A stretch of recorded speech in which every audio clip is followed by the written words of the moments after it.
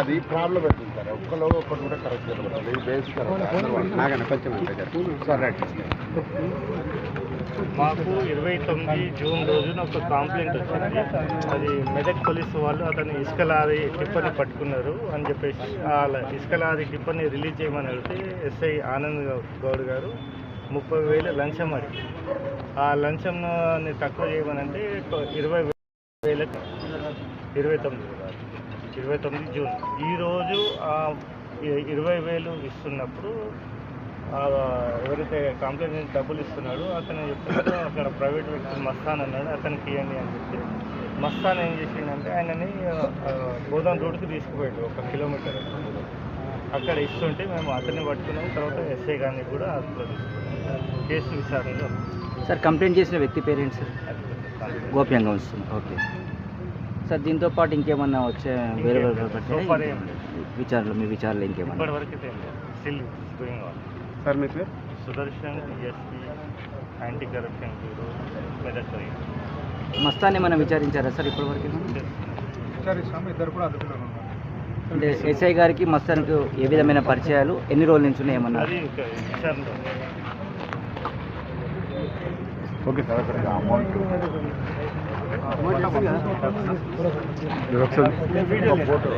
వాట్సాప్లో షేర్ చేస్తాను. ప్రింట్ మీడియాలో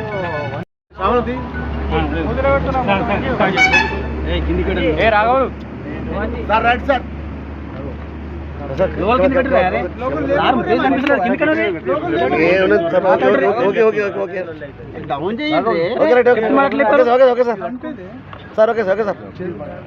నా పేరు Sudarshan, DSP anti corruption bureau. తేదీ 20/29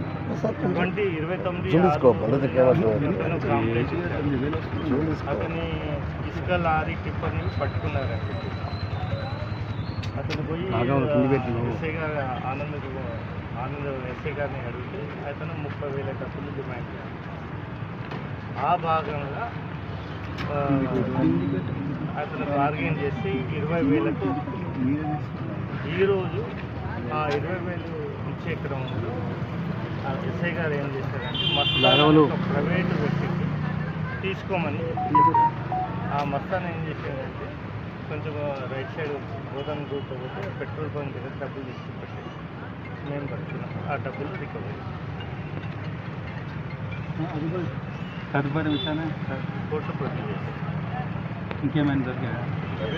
దానికి సంబంధించి కేసు లారీ టిప్పర్ సంబంధించి కేసు అయినా తెచ్చింది. ఆ కేసు ఫైల్ కూడా ఒకరే ఉన్నారా ఎవరైనా? మస్తాన్ ఇన్స్ట్రక్షన్స్ ఇస్తే ప్రైవేట్ పర్సన్ అతను వేరే విషయంలో ఒక పోలీస్ స్టేషన్కి వచ్చినందుకు వెరిఫై చేస్తున్నాం. అతనికి చెప్తే అతను డబ్బులు తీసుకొని సార్ విచారణ ముగిసిందా? ఇంకేమన్నా ఇప్పుడు స్టార్ట్ అయ్యి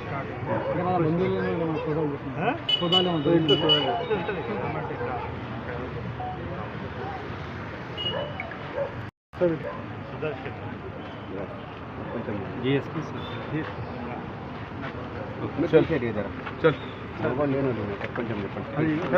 లోగో లేకుండా ఎందుకు వస్తావు?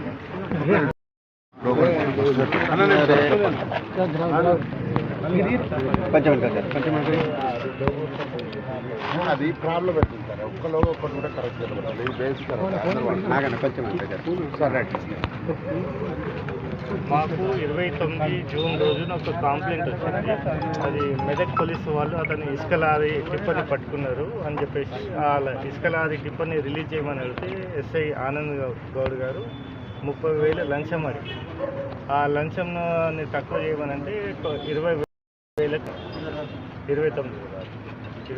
జూన్ ఈరోజు 20,000 ఇస్తున్నప్పుడు ఎవరైతే కంప్లైంట్ డబ్బులు ఇస్తున్నాడో అతను చెప్తున్నాడు అక్కడ ప్రైవేట్ వ్యక్తి మస్తాన్ అన్నాడు, అతనికి ఇవ్వండి అని చెప్పి మస్తాన్ ఏం చేసిండంటే ఆయనని గోదాం రోడ్డుకి తీసుకుపోయాడు 1 కిలోమీటర్.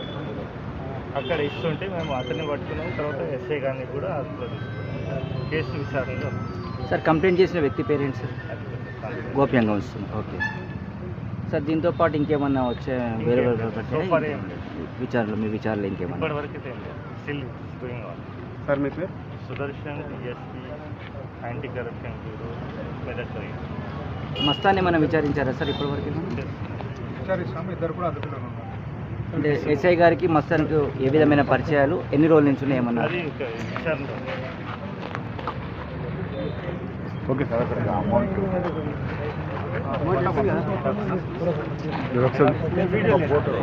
వాట్సాప్లో షేర్ చేస్తాను. ప్రింట్ మీడియాలో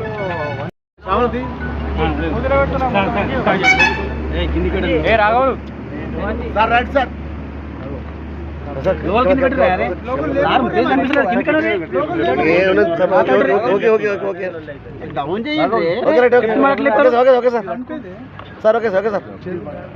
నా పేరు Sudarshan DSP anti corruption bureau. తేదీ 20/29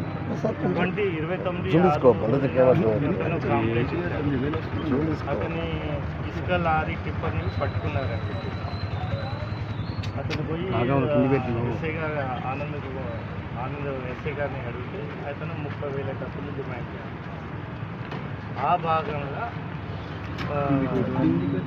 అతను బార్గెన్ చేసి 20,000కు ఈరోజు ఆ 20,000 ఇచ్చే క్రమంలో ఎస్ఐ గారు ఏం చేశారంటే మస్తాను ప్రైవేటు వ్యక్తికి తీసుకోమని చెప్పి ఆ మస్తాను ఏం చేశారంటే కొంచెం రైట్ సైడ్ గోదాం రూట్లో పోతే పెట్రోల్ బంక్ దగ్గర డబ్బులు తీసుకుపెట్టి మేము పడుతున్నాం. ఆ డబ్బులు రికవరీ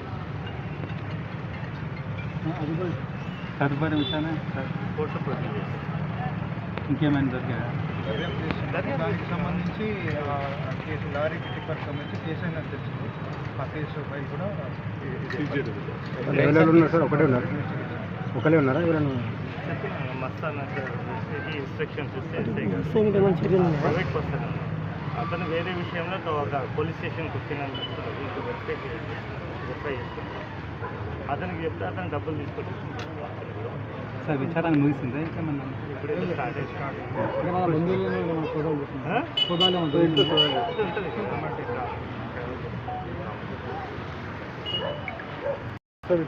సుదర్శన్ జీఎస్పీ